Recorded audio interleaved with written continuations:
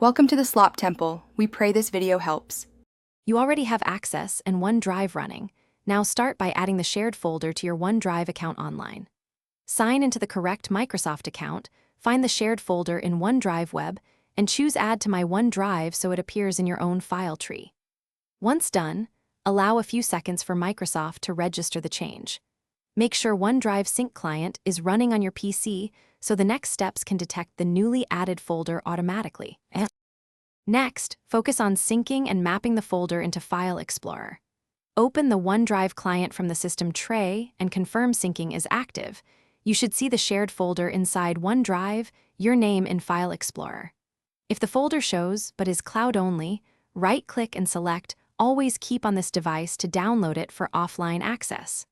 Once downloaded, the folder behaves like any local folder, so you can pin it Quick Access, or finish by organizing the shared folder in File Explorer.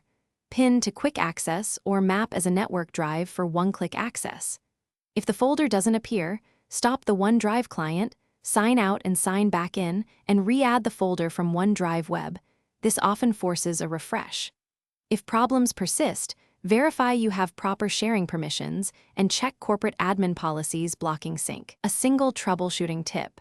Resync by resetting the OneDrive client to clear stale state and retry.